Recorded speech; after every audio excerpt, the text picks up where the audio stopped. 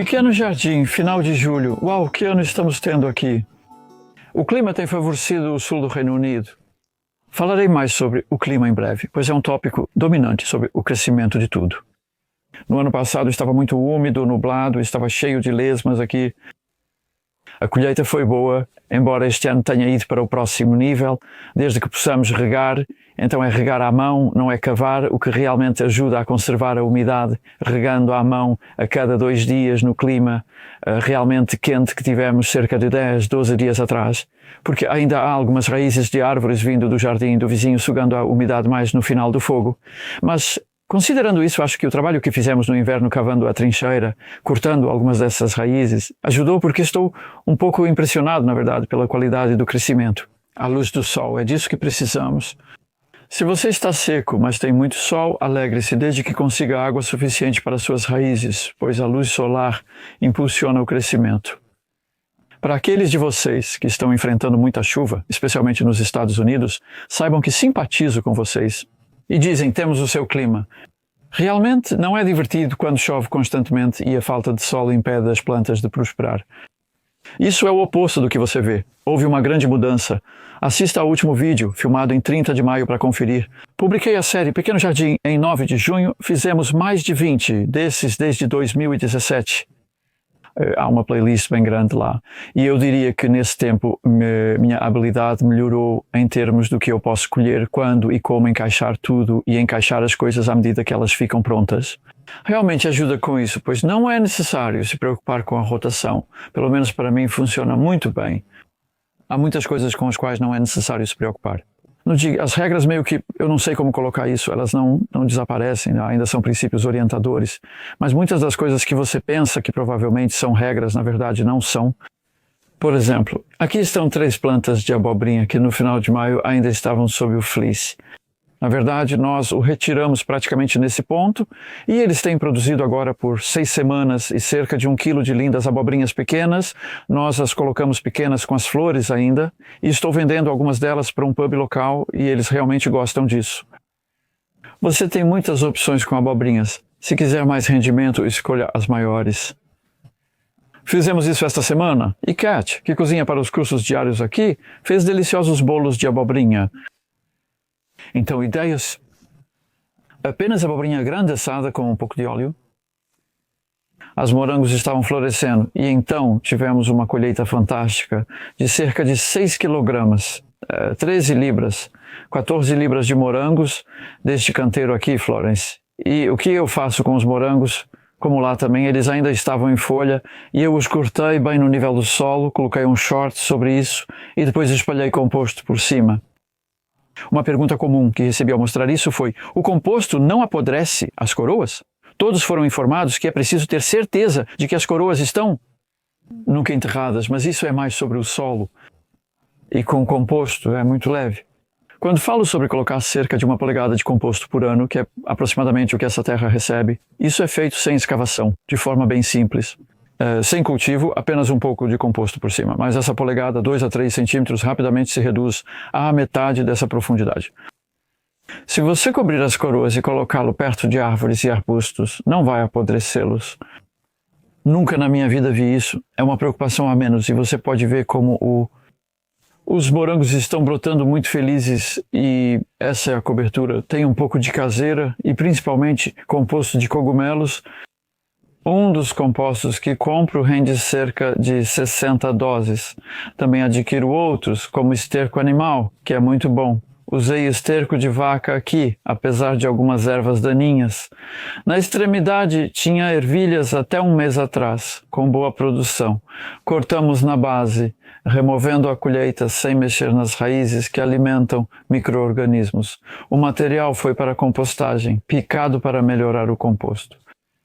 E isso abriu espaço para as plantas de pepino.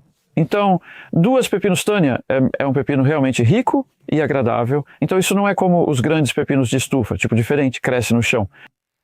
Não é preciso podar, basta guiar os caules para onde você deseja. É o que estou fazendo, guiando-os para onde as ervilhas estavam. E até mesmo sobre os morangos, pelo menos por enquanto, até eles realmente começarem a crescer, pois é o espaço que amam.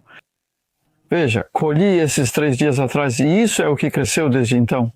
nesta planta 3 pepinos de tamanho decente. E com Tânia, eles ficarão um pouco maiores. Sabe, eu já tive eles por mais tempo que isso. A pele é sempre um pouco espinhosa, talvez um pouco desanimadora à primeira vista, mas na verdade não é um problema. Eu uso um descascador de batatas para descascar, cortar em fatias finas e salgar. É uma delícia de verão e uma festa. Então já são 3 quilos de pepinos dessas 2 plantas aqui, com muito pouco tempo necessário, exceto para colhê-los. Estas eram favas largas. Tivemos uma colheita maravilhosa de favas largas que semeei no início de dezembro, um pouco mais tarde que o normal.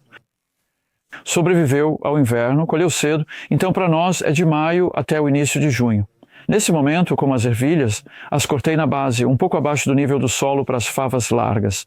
Elas podem crescer novamente, o que na verdade não quero, pois não rende muito. Isso abriu espaço novamente, então plantei cenouras. Confesso que estava tão seco, mais por esperança do que por expectativa. Então eu estava traçando sulcos e regando nas linhas do sulco que eu tinha feito, sem regar toda a área inicialmente, e soltava a semente, fechava por cima. Nós regamos cerca de uma semana depois. De repente, vi a cenoura surgindo após cerca de 9 dias. Levou um tempo. Se você está fazendo isso, ainda poderia semear cenouras em climas mais quentes. É um pouco arriscado agora aqui. Bem, você ainda poderia, na verdade, mas você teria pequenas. Essas foram semeadas por volta do dia 10 de junho, período em que provavelmente está escrevendo. O burlicum pode fazer raízes bastante grandes para o inverno. Mas e quanto às pragas? Felizmente, os coelhos não vêm aqui, senão comeriam esses. É bem protegido e agradável. Mas precisarei cobri-los contra a mosca da raiz da cenoura. O problema é que no outono as coberturas nem sempre funcionam. Vou garantir as bordas talvez um pouco mais do que fiz no passado, as moscas talvez se contorçam, esse é o principal perigo lá. Eu preciso afiná-los um pouco também, cerca de 1 polegada de distância, alguns centímetros, algo assim.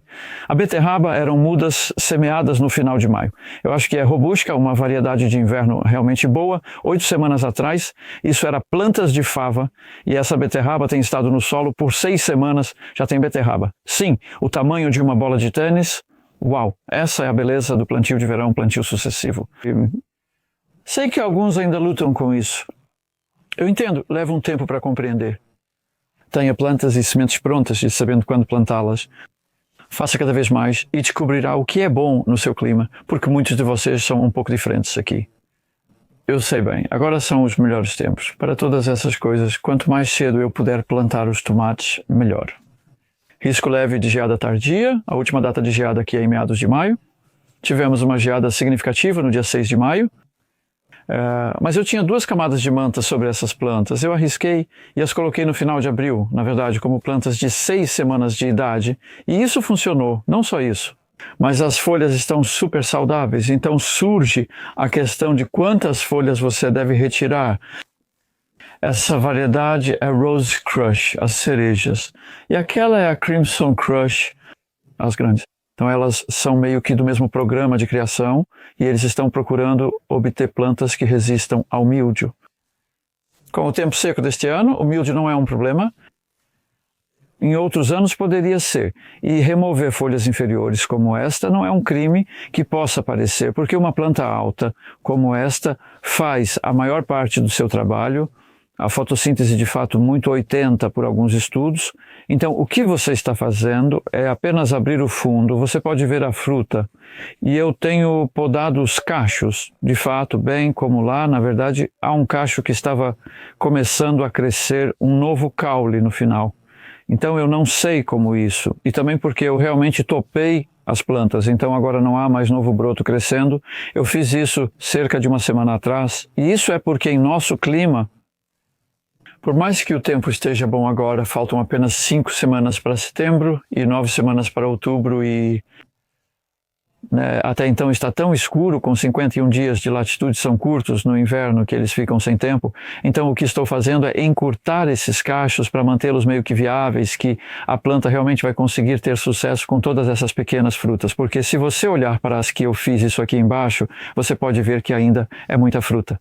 Não parece tanto quando está nesse estágio, e isso significará nos dias mais escuros que estão por vir, que há uma boa chance de que essas frutas serão capazes de crescer e amadurecer. E eu sei que tamalos verdes são bons e podem ser fritos, mas vamos fazer isso, mas eu quero conseguir o máximo de vermelhos possível. Feijões franceses, isso era alface. Então 12 quilos de alface vieram dessa área. Desde o início de maio, de um plantio muito precoce. E então esses são intercalados entre... Então isso é fazer buracos com um mergulhador de cabo longo. Eu coloco 2 sementes de feijão em cada buraco. Nós afinamos para às vezes, na verdade, esse é um exemplo de que há 2 plantas lá e uma delas é muito mais fraca do que a outra. Então isso é algo que você pode fazer. Sabe, cada semente cresce uma planta de força diferente. Então, se você semear mais sementes, você só tem que lembrar de afiná-las. Então isso vai para a pilha de compostagem e, na verdade, especialmente as do meio, porque os feijões franceses podem ficar bastante arbustivos. É difícil encontrar os feijões, então estou procurando continuar a colheita. Se der mais espaço, você verá que ainda há bastante espaço para eles crescerem. Não os coroei demais, cerca de 30 centímetros em média de feijão anão, e estes devem produzir até setembro. Estes eu estou regando. As plantas precisam de muita água aqui. Não tanto as cenouras no momento, apenas o suficiente para mantê-las crescendo. As beterrabas precisam de mais agora, porque estão inchando suas raízes, e os tomates precisam de muito, porque são grandes. Os feijões franceses estão atingindo o pico em breve, pois começaram a florescer, sendo o momento ideal para aumentar a irrigação. Pepinos precisam ser regados, especialmente em tardes ensolaradas, para evitar que murchem. Aqui eu olho para eles e as folhas estão murchando. Não é que as plantas morrem, mas elas simplesmente não conseguem fazer fotossíntese por causa da falta de umidade. Então é aí que a rega pode realmente aumentar a produção quando as plantas estão frutificando. E então aqui, mas você vê as flores. A propósito, eles estão sob este sol. Vou podar estas calêndulas, ou seja, remover os talos floridos, porque depois que terminam de florescer, isso ajudará a mantê-los voando. As zinhas eu ainda não fiz nada nesses termos, elas são muito mais lentas para crescer e amadurecer.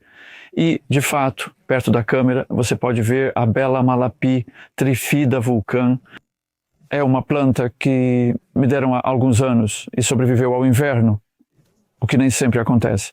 Por isso guardei algumas sementes, é muito fácil. Também guardo sementes de calêndulas, são boas opções para flores. Quando você guarda suas próprias sementes, especialmente de flores, mas também de vegetais, eles se tornam mais fortes.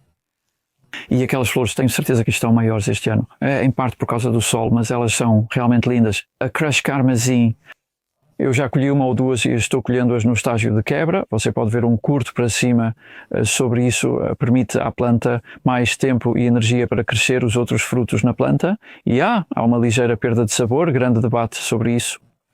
Eu diria que não muito, na verdade. Sabe, na verdade ninguém mais percebe, se eu não contar a eles. Esses tomates foram plantados mais tarde, eles eram muito pequenos quando estivemos aqui pela última vez, embora costurados ao mesmo tempo, apenas mostrando como se você colocar as plantas em seu melhor momento, quando estão apenas superando o seu vaso. Essas superaram seu vaso. Eu as coloquei, achando que eram couve-flores que nunca vingaram. Eu não esperava por esse espaço, então simplesmente retirei o que estava lá e plantei tomates com um pouco de manjericão por baixo. O manjericão tem se destacado, apesar de antes ter sido ofuscado. Até 10 dias atrás eram ervilhas doces para flores.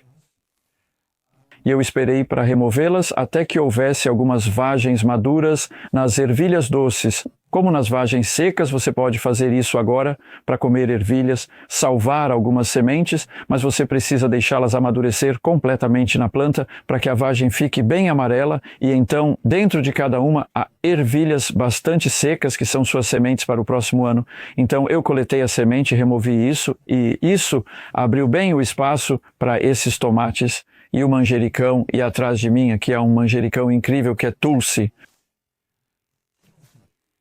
Manjericão sagrado. Eu apenas sinto o cheiro dele ao colhê-lo. Tem um sabor frutado incomum. De certa forma, não é como o manjericão, é muito diferente do genovês. E adicionamos um pouco disso à salada. Muitas pessoas perguntam qual é esse sabor incrível. Então eu valorizo isso e você pode ver como está crescendo bem. Entre os tomates, essas plantas não são enormes e são plantadas com espaçamento amplo. Lá está o taburi.